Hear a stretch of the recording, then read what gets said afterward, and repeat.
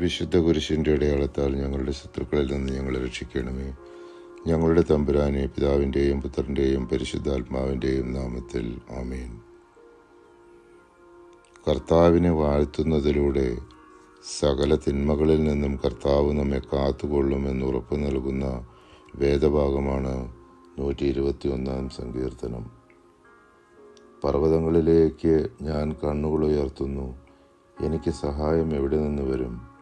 എനിക്ക് സഹായം കർത്താവിൽ നിന്ന് വരുന്നു. ആകാശവും ഭൂമിയും സൃഷ്ടിച്ച കർത്താവിൽ നിന്ന്.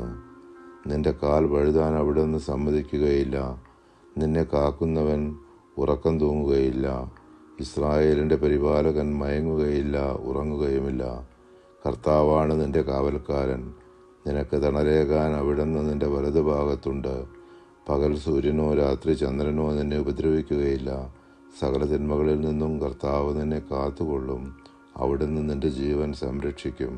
കർത്താവ് നിന്റെ വ്യാപാരങ്ങളെ ഇന്നും എന്നേക്കും കാത്തുകൊള്ളും. നമ്മുടെ പാപാവസ്ഥകളാൽ ഉണ്ടായിക്കൊണ്ടിരിക്കുന്ന ദൈവകോപം ശമിപ്പിക്കുന്നതിന് നമ്മുടെ കർത്താവിൻ്റെ പാടുപീടുകളെക്കുറിച്ച് ധ്യാനിച്ചപേക്ഷിക്കാം.